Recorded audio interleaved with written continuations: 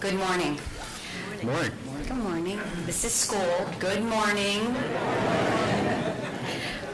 My thanks to Ned and the Civic Association for hosting today's candidate forum and your ongoing efforts to inform our residents. I will briefly answer the questions posed by Ned so that our time is reserved for the candidate debate.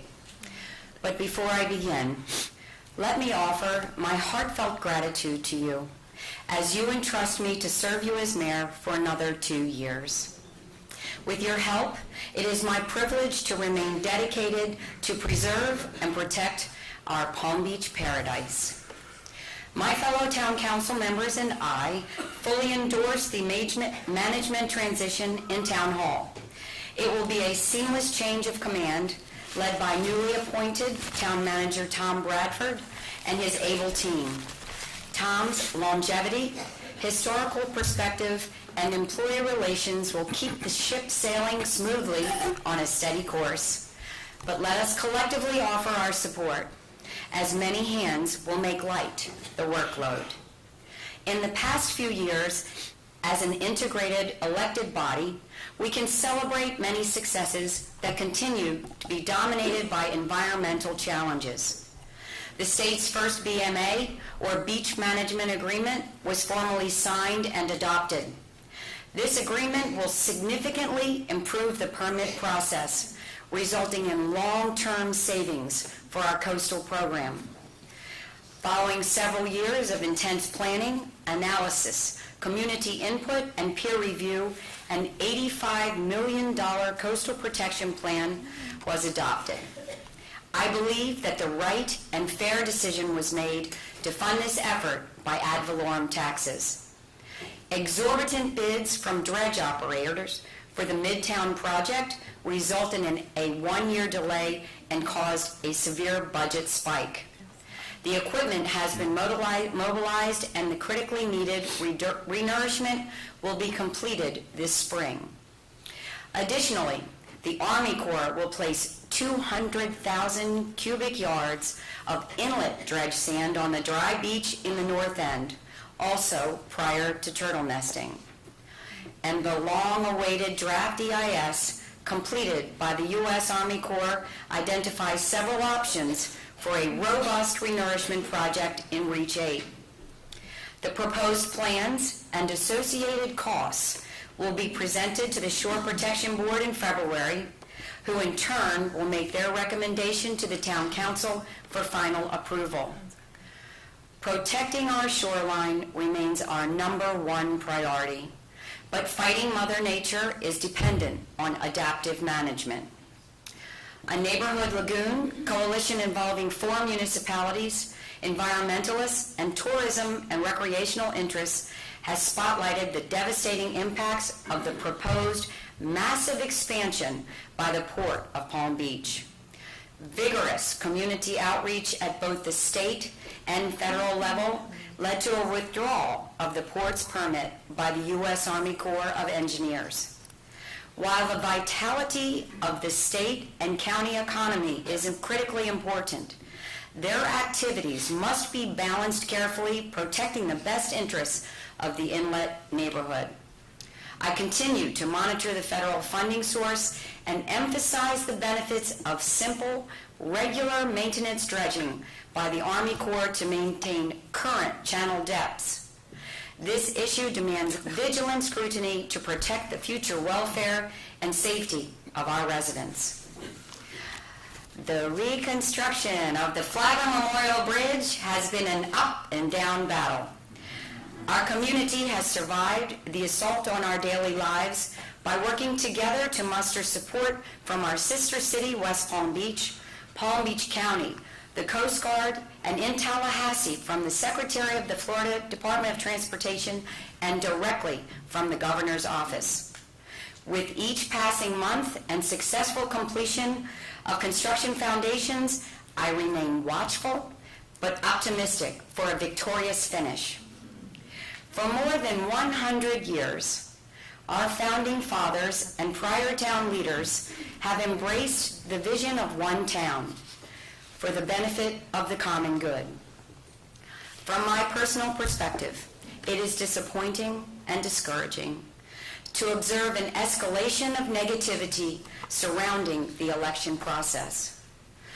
Could our former caretakers possibly have imagined that more than $500,000 would be spent on a local campaign cycle, or that political action committees promoting a narrow political agenda and personal attacks would be formed?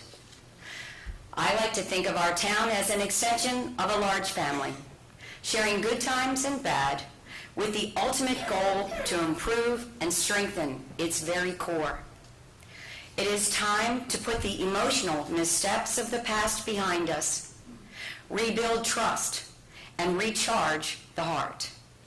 So speak up and let your voices be heard on February 3rd. But let us focus on the issues and finding solutions to maintain a healthy shoreline cost-effectively, to protect our inlet from adverse expansion efforts, and ensure a future water supply monitoring the direction of the city of West Palm Beach, and support a democratic governance. Uphold the tenets of our founders, and together preserve our small town character by graciously respecting differences, encouraging consensus, and balancing the old with the new to foster a unified future for the betterment of all.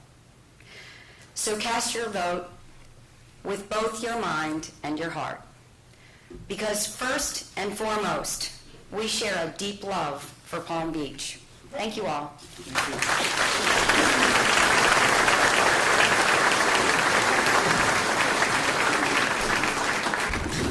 We are very happy to have Jim Sackett moderating our debate this morning. Most of you know Jim. He was the news anchor at WPTV Channel 5 for 33 years before retiring in December 2011. Jim, welcome, and thank you for being here. Jim is sitting down in front. You can't see him, but I'm going to turn the program over to him now. Thank you. All right, thank you. Well, thanks, Ned, and please excuse my back. It's a pleasure to be with you all this morning, and thank you for the invitation to moderate this debate between the candidates for the 2 seats on the Palm Beach Town Council. And before we begin, a little administrative notes. We have a timekeeper sitting to my right. Susie will be showing the candidates a card showing 1 minute left in their times to respond to any of the questions. And then she'll be holding up the stop sign so that the candidates will know their time is up. I would also like to caution, just as an aside, the audience. I know that all of you here have support or shown your support for each of the individual candidates, but if you could kind of keep that to a minimum, preferably nothing at all, no cheering, no clapping and everything, because it just takes away from the time that the candidates have to respond. So we appreciate and thank you in advance. And now to our debate. This part of our program will feature the candidates for the Palm Beach Town Council Group 1 seat. Bill Diamond, the incumbent, and Danielle Moore, the challenger. Mr. Diamond, Mrs. Moore, would you please come forward and take your positions behind the podiums?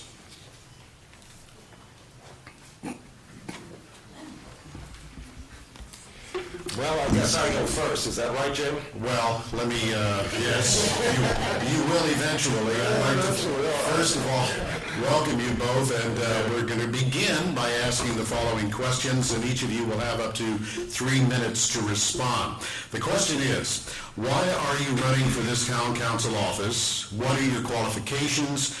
And why should voters elect you and not your opponent? Mr. Diamond, as the incumbent, you will be going first. Again, you have up to 3 minutes. Thank you very much, and I thank the Civic Association, having been a former member of the board of directors and a member itself for many years. I'm going to be very simple about this. First of all, I want to say good morning to everybody, and I want to say good morning to my worthy opponent, Mrs. Moore. But I am running for re-election because I love this town and I want to keep it the way it is. That is my mantra. That is what I'm running on. Now, that's because I was the only vote on the town council against PUD 5, which would have increased commercial and residential density not only on Royal Ponciano Way, but would have opened the door for PUD 6, 7, and 8, which would have damaged the character of the town by weakening our anti-growth comprehensive plan. My opponent did not agree. She not only supported PUD in newspaper advertisements, but also recently cast the sole vote in the Planning and Zoning Commission against requiring a supermajority to change ordinances, which requirement would have lessened the chance of more changes and more weakening of our comprehensive plan. She also stated in her first Shiny Sheet interview that, quote, "I think we are stagnated in the present and not really accomplishing anything positive or productive," unquote. I disagree. I disagree with that.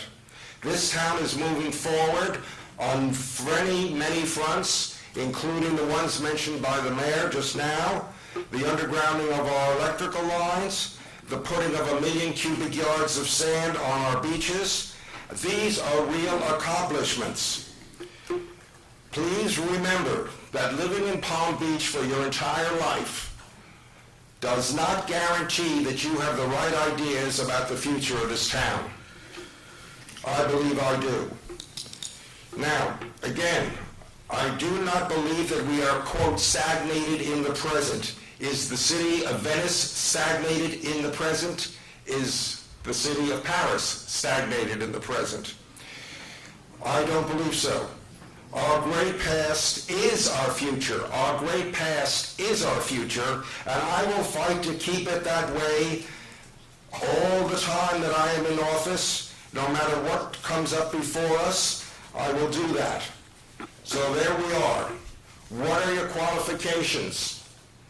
I am highly qualified to be and continue to be your town councilman, having served more than 11 years in the federal government, 8 years in New York City, heading the largest and most complicated agencies. Mr. Diamond, your time is up. With $500 million worth of budget. Thank you very much. There was so much there I couldn't finish with it. 3 minutes goes very quickly.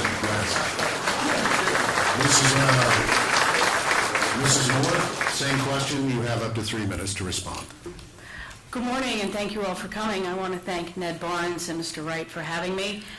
My name is Danielle Moore. Most of my friends actually call me Donnie. I have lived in the town of Palm Beach for more than 50 years, and I am proud that my career in community service has been forged right here at home. I currently serve on the Planning and Zoning Commission, the same Planning and Zoning Commission, by the way, from which I was fired earlier this year by my opponent. I have chaired the Recreation Commission, spearheading the renaissance of our Par 3 golf course and clubhouse through a public-private partnership. The revenue from golf operations, according to the Shiny Sheet, was up 43% this year over last. A great accomplishment for a great team. My family, 32 years ago, founded the Preservation Foundation of Palm Beach, and I proudly serve on its board of directors. Preservation is part of my DNA, and I deeply resent the implication and innuendo that it is not. I care deeply about the legacy of Palm Beach that we will leave for our children and our grandchildren. The contrast between me and my opponent could not be more striking. I am a homegrown leader with a record as an independent thinker. I come with absolutely no strings attached, no alliances to any faction or special interest, except the special interests of the town of Palm Beach. I am running for town council because literally hundreds of my friends and your neighbors have asked me to be their voice on the town council. Many of them have known me my entire life. They know that I will be grounded in common sense as I tackle problems and get things done.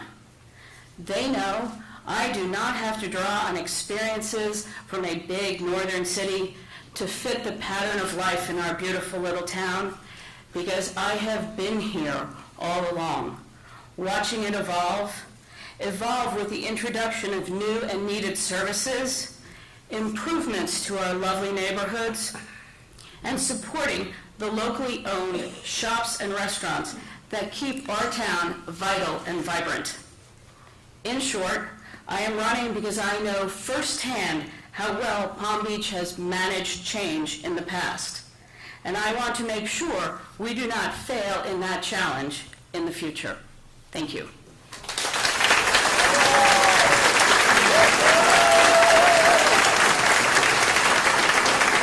Thank you, Mrs. Moore. And I'm going to ask each of the candidates to respond to this question. Mrs. Moore, you will go first. What do you think are the most important issues facing the town, and how will you deal with them if you are elected? You have up to 2 minutes to respond. Thank you. There are a number of critical issues that face our town council and our town in the near future. Certainly, beach restoration remains toward the top of that list, as does undergrounding utilities and deciding how to pay for them in a way that is equitable for all. However, I feel I must single out the issue of growth and development, not because we are in any danger of becoming Dubai or having City Place on our doorstep, but because Mr. Diamond and his followers are trying to scare us into thinking that exactly could happen. Last March, Palm Beachers voted down a controversial PUD proposal for Royal Poinciana Way. The PUD is over. To quote my daughter, whose favorite movie is Frozen, the past is in the past, let it go. Let me say again, it is over. We do not need to go back and revisit an issue that democracy has already spoken on. What is not over, however, is the question of how to preserve some of our most treasured historic buildings. How to replace eyesores like the boarded-up, derelict, and frankly ugly gas station with structures that complement their surroundings and are consistent with our comprehensive plan. And how to treat fairly and consistently residents' proposals to improve their properties. I would deal with these issues the same way I deal with all decisions with which I am charged. Examine the facts. The facts, not fiction or fear-mongering. Listen to opposing points of view, work to find common ground, build consensus, and make decisions that serve the entire town, not just a special few. Thank you. Thank you, Mrs. Moore. Mr. Diamond, same question, and you have up to 2 minutes. Okay. The single largest threat facing the town of Palm Beach is the growth of West Palm Beach and 40,000 new units of housing that are planned there in the next few years. What that means is that there will be a tsunami of people coming over to this island who are going to use our beaches, who are going to use our parking, the little we have, who are going to give us pollution from the cars they bring over, and it's going to encourage all sorts of requests for variances for restaurants and other commercial establishments to satisfy the need of those new visitors to our town. Now, I know we can't stop anything going on over there, but we can stop anything going on over here, and that's what I pledge to you to do. I will not vote for any of the increases for any commercial enterprises that want to do to this town and make it like the place that people are coming from. Palm Beach for Palm Beachers. Thank you. Okay, you still have some time left. You okay? Okay. Well, of course, the next is, the other is what the mayor referred to, is that inlet. If that inlet is deepened and widened and a storm surge comes, you're going to find your houses on the lake being overwhelmed. This town is a bathtub. Once the lake rises, the water the rain is put on the island cannot leave. There's no place for it to go. And these are really important matters, and it pose a big danger to all of us, whether you live on the lake or on the ocean or in the middle of town. Thank you very much. Thank you very much, Mr. Diamond. Thank you. Now to the next part of our program, in which the candidates will ask each other a question. You will have, again, up to 2 minutes to respond, and we begin with Mr. Diamond. Your question for Mrs. Moore. Okay. Ms. Moore, in all due respect, you have taken exception to being characterized as pro-development. However, you recently were the only member of P&Z to vote against the intensifying land use regulations by requiring a supermajority. A supermajority would restrict the amount of time and effort that people could put into changing and weakening the comprehensive plan. So I don't understand how you can say that you are not pro-development when you not only supported the PUD dead or alive, and also you supported, you would not support the 4-to-1 supermajority vote on with regard to ordinances, variances, and charter amendments. Well, thank you, Mr. Diamond. I did not support that issue because basically a 4-to-1 supermajority requirement is greater than what would be required by the government to change the Constitution of the state of Florida. 80%, 4-to-1 is absolutely not the way to go. I would tell you that, I forgot where I was. Well, Go ahead. ma'am, it's No, your, you have, it's your it's time. your floor. It is absolutely the wrong way to go. What you would have there is you would have 4 members of the council, actually the minority of the council, would stop things happening in the town. What you have, the code was written in the 1970s. 80% of the buildings in the town of Palm Beach were created before the code was written. So you have streets like in the C streets, Seabreeze and Sea Spray, your side yard setbacks are 15 feet. Many of those lots are 50 feet wide. So a 15-yard setback would mean people would be building 20-foot wide houses. I think that is unconscionable to do to the residents of the town of the Palm Beach. I think it's unfair, justifiably unfair, and I will not support anything that is unfair to the residents of the town. Thank you, Ms. Moore. Now your question for Mr. Diamond, and Mr. Diamond, you too will have 2 minutes to respond. Mr. Diamond, we'd like to hear the inside story of a couple of the most startling actions you've taken. For instance, a few years ago, you suggested that the town of Palm Beach secede from Palm Beach County.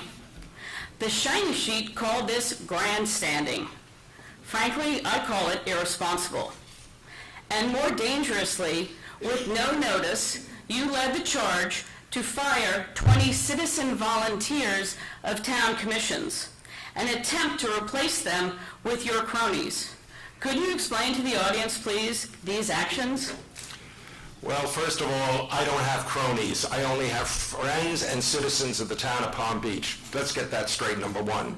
Number two, if we had seceded, if we could secede from the county, we send 83 cents of every dollar over there in the first place. We have enough money here to run our own police force, as you know, on our own fire rescue.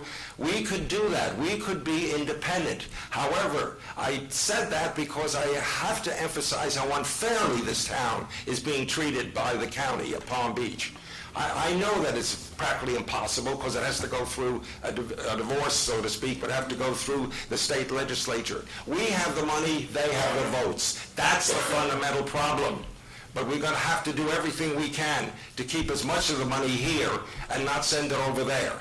That's number one. Number two, I voted to reorganize, and so did the council support me, the Planning and Zoning Commission and also of the Landmarks Commission.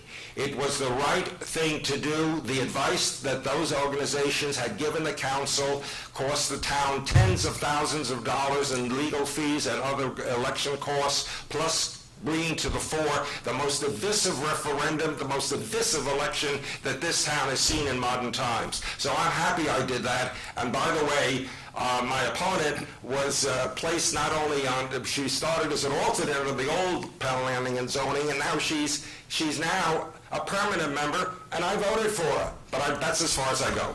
Thank you, Mr. Diamond.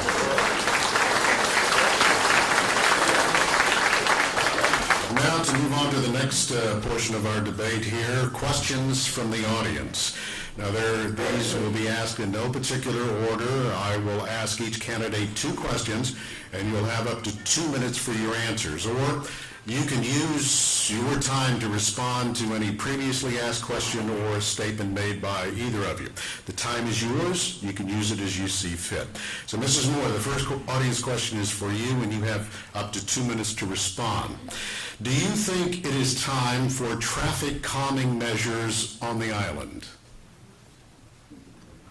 Well, the speed limit on the island is 30 miles an hour, but what I would like to say is that I would really encourage the police department, as I drove down South Ocean Boulevard the other day and was forced to go around bicyclers going 4 abreast.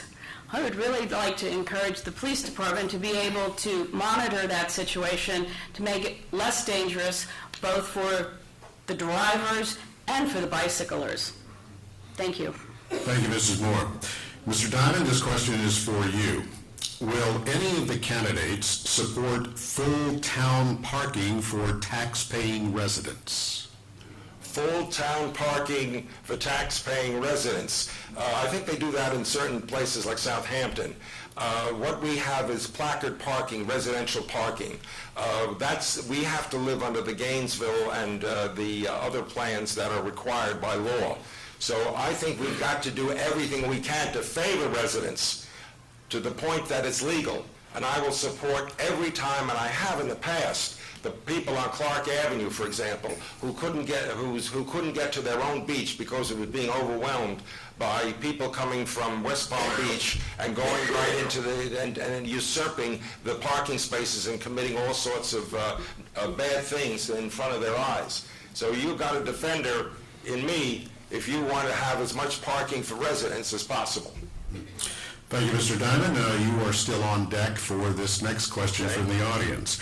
Do you think the current ordinance allowing commercial touring companies to put segways on the lake trail under the guise of mobility vehicles for disabled citizens?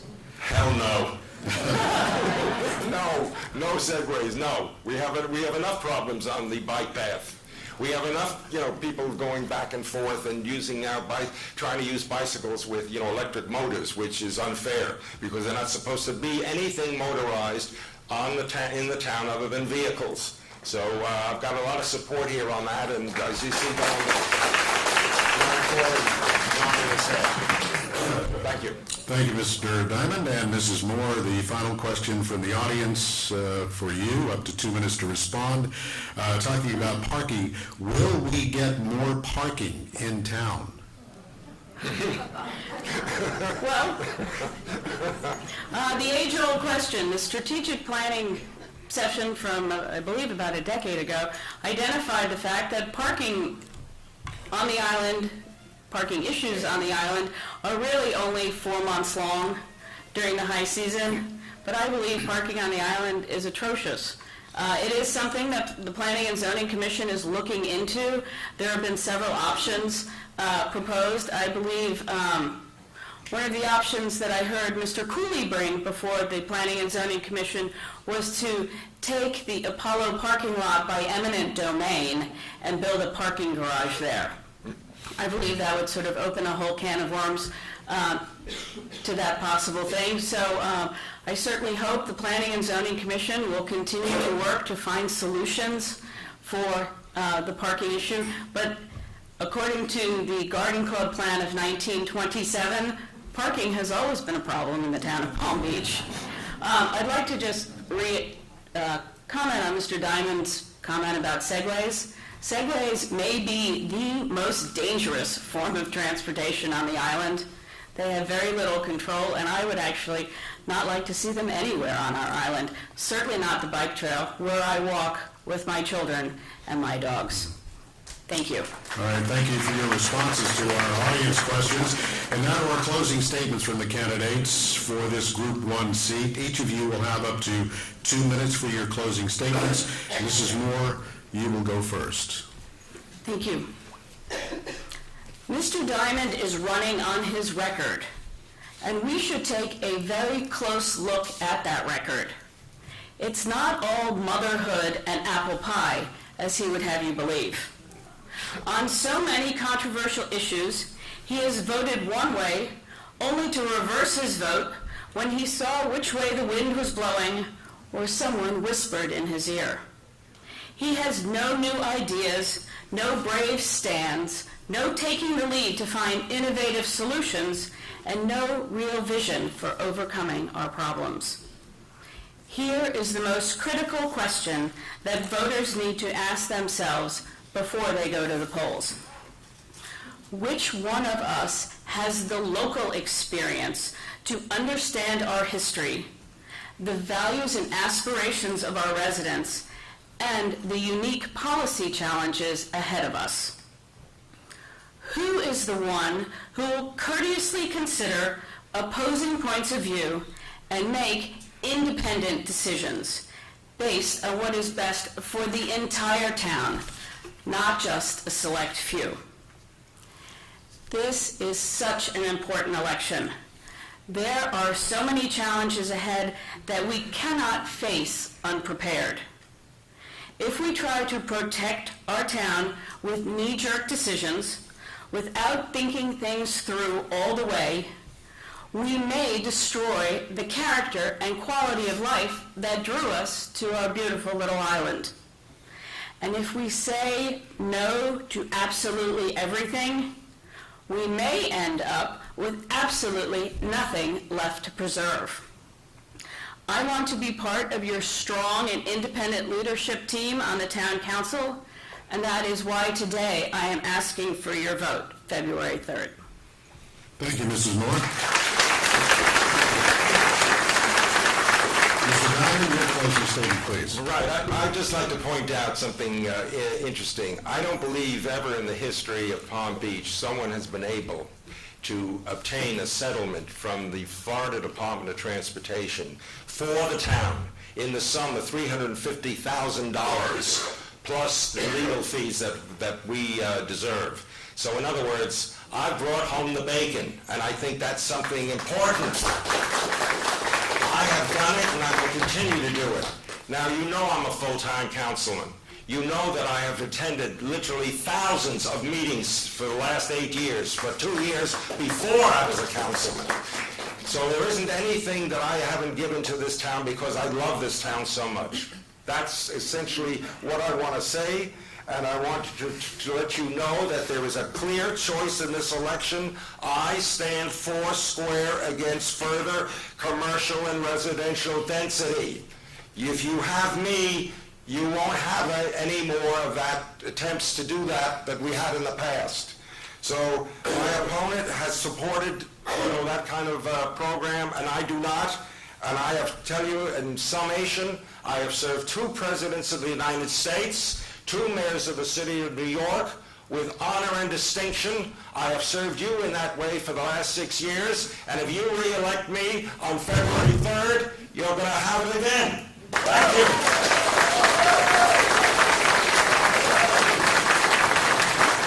And with that, we'd like to thank Mr. Diamond and Mrs. Moore. Ladies and gentlemen, the candidates for Palm Beach Town Council, Group 1. Thank you very much for participating.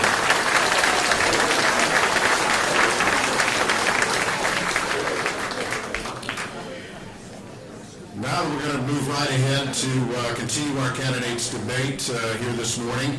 We will now focus on the 2 candidates for Palm Beach Town Council, Group 2. The format will be the same as we have just heard from the candidates from Group 1. First of all, to introduce the candidates for Group 2, the incumbent, Michael Pucillo, and Michael Scharf, the challenger in this race. If you'd both come forward, please, and settle yourselves in the podiums. And if you are settled, we will begin. We would like your responses to these questions that you heard a little bit earlier in the other debate. Why are you running for this town council office? What are your qualifications? And why should voters elect you and not your opponent? You will have up to 3 minutes to respond, and Mr. Pucillo, you are the incumbent, and will go first. Thank you, Mr. Sackett, and I want to thank the Civic Association for hosting this debate today, and I want to thank all of you for coming to listen to this and to participate in democracy in our town. Why am I running for the town council again? I'm running for another term on the town council because I care deeply about this town. I'm running for another term in the town council because I believe I bring the knowledge and the experience necessary for the job. I've done this job for the last 4 years. I know it. During that time, I've chaired the Public Works Committee of the council. That's the committee responsible for our infrastructure, and that's the committee that will be responsible for any undergrounding of our utilities going forward. As a lawyer, I understand our zoning code. I know it well, and I know that what it can and what it cannot do to protect us from development. Finally, I'm running for another term on the council because I am concerned about what my opponent and some of his supporters, where they want to take our town. We've seen the ads. Longtime observer David Wilson recently observed in the Shiny Sheet that we've gone from, quote, a change in civic culture from gentility and equanimity to strident ideology, coercive tactics, and suspicion. That is not the direction I want my town to go in. What are my qualifications? I've already talked about my experience on the council, but I believe my life experience prior to joining the council is also important. I grew up in Palm Beach. My parents came here in 1949 and opened the Petite Marmite restaurant. I worked in that restaurant as a child. I learned about service in a service business. And believe me, government is a service business. I raised 3 children here. I know about the value of our rec center because my children participated in those programs at the rec center, and I know how important they were. And I also know that when I grew up here, a block from the rec center, there was no such program. I practiced law here for over 30 years and followed the issues in the town. My management experience includes not only helping run a family business, but later running 2 law firms as a managing partner, the latter one with 3 offices on 2 coasts. Why should you vote for me over my opponent? It's simple. I'm the most qualified candidate, and I'm running for the right reasons. My opponent will, I'm sure today, as we've heard from my colleague, Mr. Diamond, talk a lot about the Historic Preservation Planned Unit Development proposal for Royal Ponciano Way that came out of the Royal Ponciano Way Study Committee that I chaired. He even says on his website it's the reason he's running. While there may be some political advantage to be gained from dwelling on that issue, it is an issue that is behind us. The voters have spoken, and I have said consistently we must respect that decision. It is no longer an issue any longer. But there are important issues facing us, and I hope we discuss those issues today, because elections are about the future and not the past. Thank you, Mr. Pucillo. Mr. Scharf? Same question, 3 minutes. Thank you very much. I did not have the good fortune to have been born here in Palm Beach. I was born in Cedar Falls, Iowa. Lived in 12 states throughout my business career, and my wife and I, a number of years ago, thought about where we would like to live. What would be the best place to live? I wanted to go to Jackson Hole, but she prevailed as usual, and we came to Palm Beach. And I remember the conversation. One of the things we said was the beauty of Palm Beach is it's not going to change. It's so tranquil. It's so peaceful. It's aesthetically so significant and beautiful. And there's a calmness to it. There's a low profile architecturally to it. And this is the place we chose to live. And I'm very happy that we did, because we've enjoyed every minute of our lives here. We actually live right across the street from my opponent, directly opposite. Well, he lives there and I live here. We've always gotten along. I don't think I've been strident or nasty, as Mr. Wilson says. He's sort of set a new bar for stridency and nastiness in his columns and cartoons, but be that as it may, that's not the issue. You have said that the PUD 5 is finished. It's over. And I respectfully submit that's not the case. It's absolutely not the case. The PUD 5, in a remarkable outpouring of voters, was defeated. Once people began to understand the ramifications and implications of it, it was defeated in a referendum. But it's not over. It's absolutely not over. Testis has come and proposed to build a building still far too large, with no setbacks, with all kinds of issues that they would have been able to build by right under the PUD 5, and now they've come in and asked for 20 variances and 4 special exceptions. If the PUD 5 had gone ahead, right now, Testis would be on the 1-yard line, ready to cross the goal line. Because it was defeated, and I worked hard to defeat it, because it was defeated, they're now starting on the 50-yard line, and appropriate consideration and analysis is going to be given to all of their proposals. They won't have it by right. There are other issues concerning beaches and concerning qualifications. And I have a long business career where I dealt with issues that are facing this town today. This town spends $70 million a year, has $112 million in debt, and I submit to you, respectfully, that my business career, running companies, building companies, dealing with personnel, pension issues, management issues, controlling expenditures, renders me the most qualified candidate for the town council. Thank you very much. Thank you, Mr. Scharf.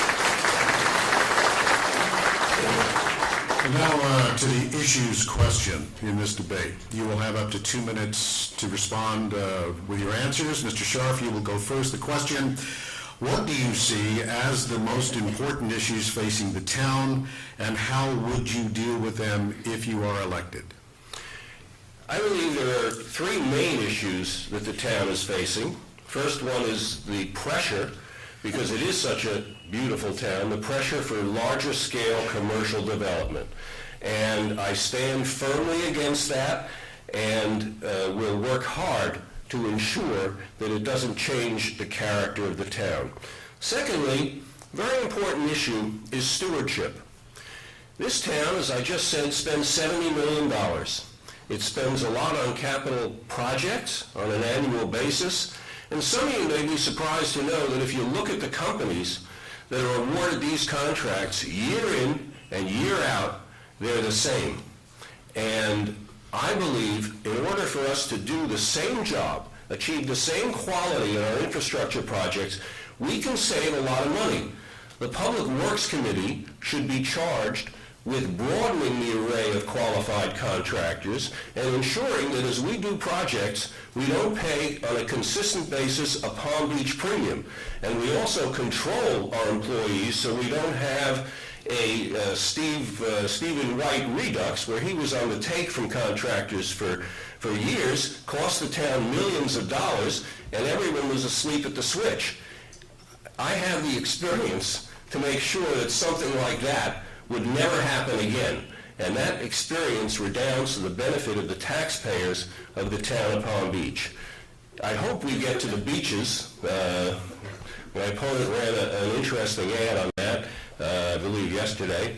I hope we get to the beaches, but I don't have time to go into it in my allotted 2 minutes. But that is a major issue, and I think it's important that whatever the town does, they do it intelligently. We have a history here of restoring beaches with the wrong quality and size of sand. It washes away. We spend a lot of money, and we get nothing in return. In the first phase of this project, which was estimated at $12 million, we're already $6 million over it. We're at $18 million, okay? Good, That Mr. shouldn't Scharf, happen. thank you. Thank you very much. Mr. Pucillo, the same question, 2 minutes. Okay, thank you. Well, first of all, let me talk about quality of life. And the issue, and I just want to respond to Mr. Scharf about the Tester property. He says they'd be on the 1-yard line, not the 50-yard line. they might be on the 1 yard line, but the other 1 yard line, because they could never do under the PUD 5 what they're doing now. They would have had to restore buildings. They would have had to restore the restaurant. They would have had to save the mission-style buildings. What people didn't understand, perhaps, and perhaps you didn't understand, Mr. Scharf, is there was a great deal of preservation required in that. It was not simply demolish. We're going to get a new building there, I suspect. We would not have under the PUD. Let me talk a little bit about some of the issues about maintaining quality of life and some of the facts that you should know. I voted against every single project that has come before the council that had density levels in excess of the comprehensive plan. In connection with Testas, that was twice I voted against the 24 units per acre and against the 15 units per acre. On landmarks, I've cast almost 40 votes on landmarking issues, and I've approved 90% of them. I've probably been the hardest vote to get on the council over the last few years on variances, because I'm a lawyer and I understand the legal hardship requirement. But I have supported those variances that I felt were necessary for older homes, landmark homes in the center of town that were built 50, 60, 70 years before our current code went into effect in the 1970s and early 80s. I oppose condominium development in Ponciana Plaza at every moment, and that's an issue that may well come back to us if that tenant does not secure the $40 million that they say they need to restore the Playhouse. I've tried to come up with creative, thoughtful solutions on all of the issues that have come before the council. On shore protection, I'm up to speed. I have read the EIS. I supported the 10-year plan. I supported the beach management agreement. The mayor referred to where we are today. We are in better shape on beach protection than we have been in decades in this town. And the last thing we need to do is disrupt it and have someone try and start over again with ideas that have already been rejected. Thank you. Thank you, Mr. Pucillo. Now the candidates get to ask each other a question. Mr. Pucillo, you will go first. Your question to Mr. Scharf, who will have up to 2 minutes to respond. Yes. Mr. Scharf, you've said in your numerous publications that you want to protect this town from overdevelopment.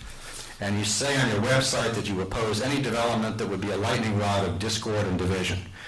But in 2012, you wrote a letter to the editor of the Daily News referring to the Playhouse and specifically Pat Flynn's efforts to prevent development there. You said, quote, the Royal Ponciana Plaza condominiums that were proposed, or even a reduced number of them, would have been well-designed, would have been integrated into a new Royal Ponciana Plaza that would have contained desirable amenities. Would you tell us, sir, how you see putting condominiums in Ponciana Plaza, where they are not allowed under our zoning code, is going to protect this town from overdevelopment? Excuse me. I did write that letter, and I wrote it when I was much less informed than I became after I got involved in town affairs and started researching things. The letter was a mistake. I don't want condominiums there. I've said that unequivocally many times after that letter was written. The issue is relating to the theater and the plaza. Hopefully we have new ownership in there, new leaseholders who are going to improve the retail establishments there. I hope they do. In terms of the theater, I believe that we have an organization in control of it right now that is totally unimpressive, that has no record of accomplishment that we can rely upon, that doesn't have a prayer of getting anything done. Ultimately, I would hope that the ownership would shift, and we could, Simon Taylor is a very smart man, head of the Theater Guild. I hope that somehow they could get control of the theater and turn it into a small regional arts center. We might have small concerts there. We might have art films there. We might have artist studios or music practice studios. I think that would really redound to the benefit of our town. And we certainly, I don't think we need more condominiums really anywhere on the island. And I feel very strongly about that. Thank you. And the other thing is, I made a mistake with that. Okay? I made a mistake with that letter. I admit it when I make a mistake, okay?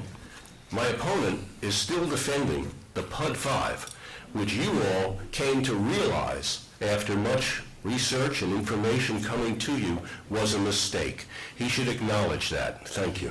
Thank you, Mr. Scharf. Now your question for Mr. Pucillo. 2 minutes to respond. Well, it relates to that. Mr. Pucillo, I prefer calling you Michael, but That's I'm fine. Michael too, so. That's fine.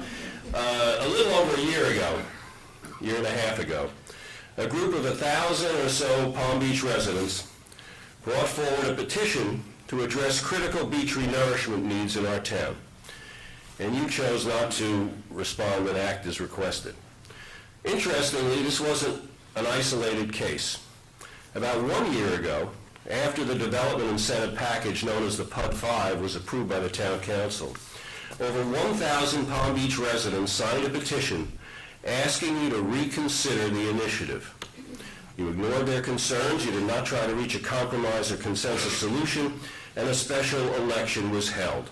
The people voted down the PUD 5 on March 25th. In light of the divisiveness that whole issue created, unprecedented virtually in the town, regarding the nature of what was going to be built there, do you regret the way you managed the developer incentive package known as the PUD 5 and the way you ignored the residents who opposed the issue? Well, first of all, let me say, I don't believe I ever ignored any residents. I've always been responsive to the residents, and with respect to the Royal Ponciano Way Committee, one of the reasons why it took us 1 year to come back and report to something to council, actually we were 4 or 5 months late, is because of the way I ran that committee. I never shut anybody off at 3 minutes. Everybody got their say. I moved the agendas around. When Mr. Cooley couldn't be there to speak at a certain time, I moved the time for him to speak. Every citizen had their process, had due process. They had an opportunity to speak. We spent 57 hours on the record, in the sunshine, working on this project. I didn't ask for the job, you may remember, of the Royal Ponciano Way Committee. It was the hot potato that was handed to me by our former president, David Rossow. But I'm willing to take the hot potatoes. I'm willing to take the difficult issues. I'm willing to deal with those issues as best I can. Even those who disagreed with the ultimate decision of the committee on the PUD 5, and it was a 6-1 vote to report it out.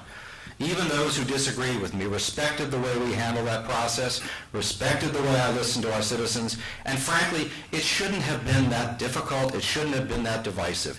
It is democracy. We come forward with our ideas, we debate those ideas, and from that comes the better solution.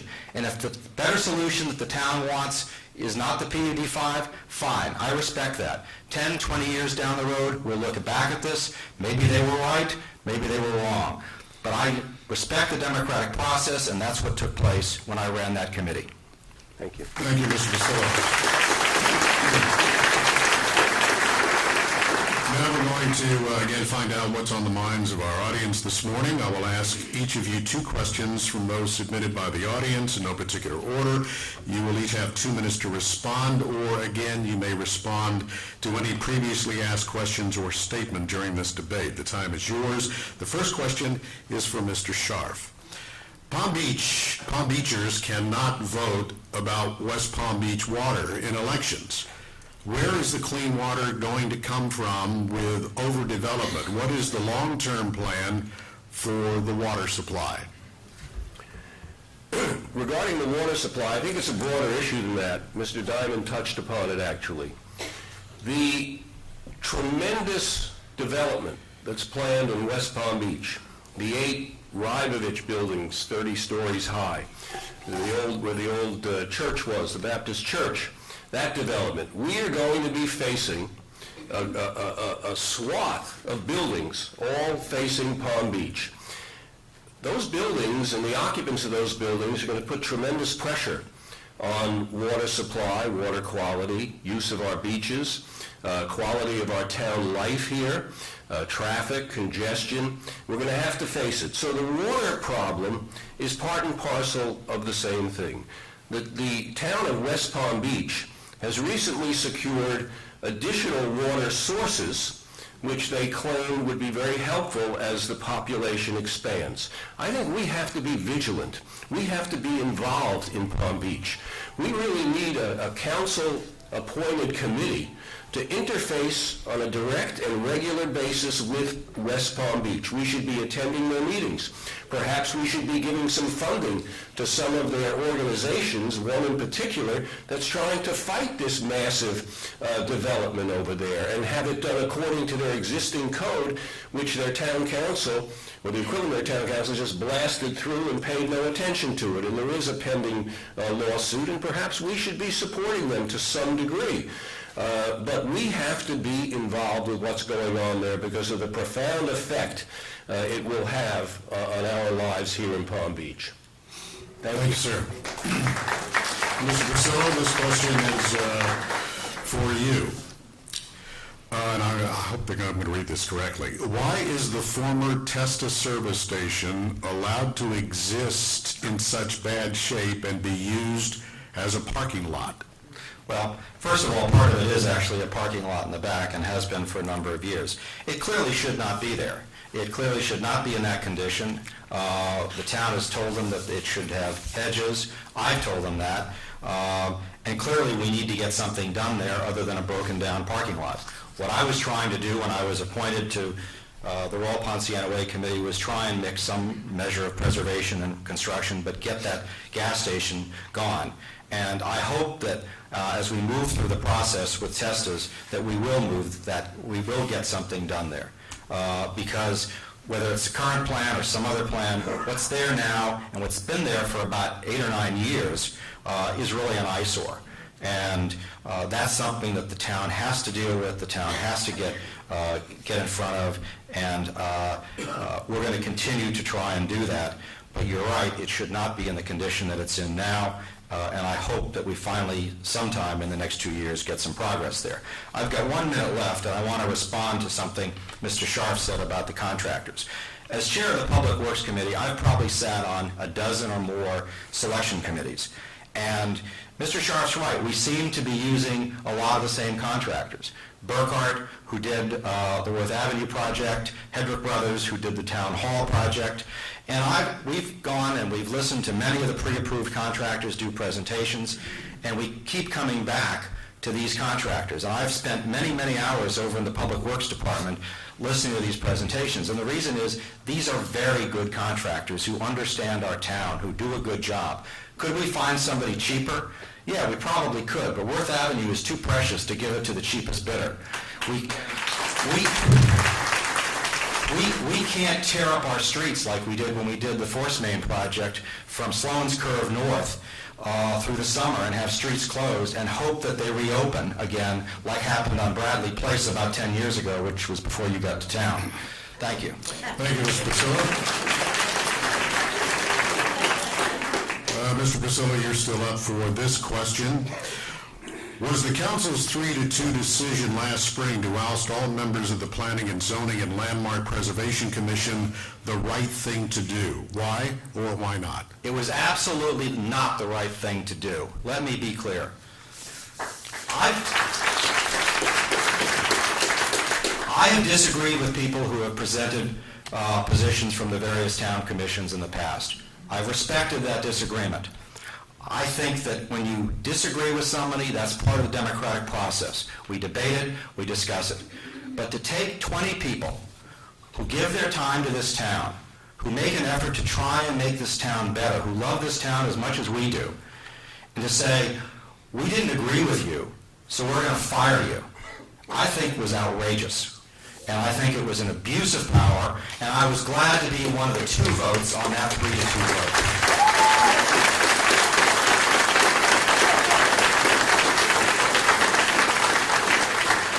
And question number 4, final question from the audience for Mr. Scharf. Where do you stand regarding island development? Why should builders of new structures be permitted to seek multiple variances of the building code? Well, as has been pointed out earlier in this meeting here, the building code was adopted after many of the houses were built. If one wants to change it, if one needs a new bedroom, if one needs to enlarge a kitchen, variances are typically given. I think 98% of the variances and you said you're the biggest opposition to variances, can't be that great because 98% of the variances over the past 5 years have been granted in smaller things. I proposed a supermajority, which many people I think don't understand. We have a supermajority right now. To change the zoning code, you need 4 people to vote for it. I wanted to bring together and make consistent a comprehensive plan with the zoning code. The comprehensive plan to change it need a majority, 3-2. Zoning code's 4-1 or 4. I think that they should be made consistent, and I don't think variances for homes or residents has ever been a problem here unless somebody is thinking of doing something totally untoward, like they have 50 feet of shorefront and they want to build a cabana and you need 100 feet. Turn it down. We don't need that. We also have to be very careful, especially in the north end, which is under siege right now from larger homes being developed there that are going to change and destroy the entire character of the most tranquil, lovely area in town. And we just have to start opposing these massive projects that are taking place. In terms of the contracts, I'm not proposing the cheapest, but I am proposing, after years of experience and spending hundreds of millions of dollars over the year on capital expenditures, and I was in the steel business, a lot of capital expenditures, I know that you have to have an open bidding process, you have to get qualified contractors, and even with the state regulations, we can do things a lot cheaper here in Palm Beach than we're doing today. Thank you, Mr. Scharf. Thank you, gentlemen. And now time for our closing statements. You will each have up to 2 minutes, and we will begin with Mr. Scharf. Thank you very much for coming here. These time limits are very restrictive. Fiona and I had dinner last night with about 10 people at the lovely Sailfish Club, which we were invited, and we had a real wonderful discussion about issues and what's going on in Palm Beach. And the beauty of it was it went on for about an hour and a half, and we got to talk about a lot of interesting things, we had new ideas expressed. That's the way it should be here. So why should you vote for me? And I have to get this done now in 2 minutes since my preface took about a minute. Why should you vote for me? You know, change is not bad. Change can lead to good things. Change can lead to new ideas. My opponent, who's my neighbor and a gentleman, I like him. I always have had cordial conversations with him and his lovely wife. I think he's done an okay job, but I think having attended council meetings now for an entire year, as Dick Clyde suggested that I do, I have come away with the feeling that we need a little change in orientation. Right now, the council reacts to what the staff presents. I think it should be a little more directive. The council should be running the town and trying to direct the staff to a greater degree to try to achieve the objectives we have. We should be having, certainly every year, every other year, zero-based budgeting in this town. We should examine every area where we're spending money and see if we can maintain the same high quality of service at less cost. So we have development issues, we have beach issues, we have fiscal issues. My background has dealt with all of these types of things. And I think it would be good to get another businessman on the town council. I offer myself as that person. Thank you. Thank you, Mr. Scharf. Mr. Pucillo, your closing statement, 2 minutes. Well, first of all, thank you all very much for coming here. And yes, Michael, we have always been cordial, and we will continue to be cordial because that's the way I do things. Me too. You know, we've got a lot of issues facing the town. Shore protection, what's the best way to do it? Undergrounding, the least disruptive, most cost-effective way to do it. And clearly the conversation we've had about maintaining the charm of our town. On that issue, that last issue, I want you to ask yourself when you leave here today, who's a better candidate to protect the character of our town? Someone who's lived here all his life, raised a family here, practiced law here, knows our zoning code pretty well. Someone who's voted for about 90% of landmark applications that have come to the council. Someone who has drawn the line and has actually voted down proposals for higher density above the comp plan. someone who's always been opposed to condominium development in Royal Ponciana Plaza, and someone who has 4 years' experience on the council, understands how this town works, understands how our government works. Or someone who has lived here, I think about 6 years, Eight. virtually has pretty limited experience in town government. Maybe he should spend another year on that Planning and Zoning Commission before he decides to run. Thank you for voting for me to go on. And frankly, and this is the one issue that still concerns me, is running a campaign that's based on items in the past and not the future. Elections are about the future, not the past, as I said at the outset. So when you leave here today, leave with one understanding. I am committed to preserving that which should be preserved in this town. I am committed to restoring that which can be restored. And I'm deeply committed to preventing the town that I grew up in from losing its charm and its beauty. Thank you for coming, and thank you for listening today. Thank you.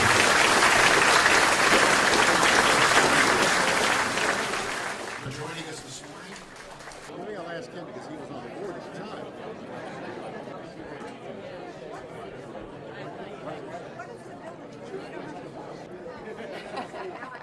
You were really good. That was fabulous. I'm so proud of you. Well done. I want to say hi to you guys. Alan, Steve, Lauren. Thank you.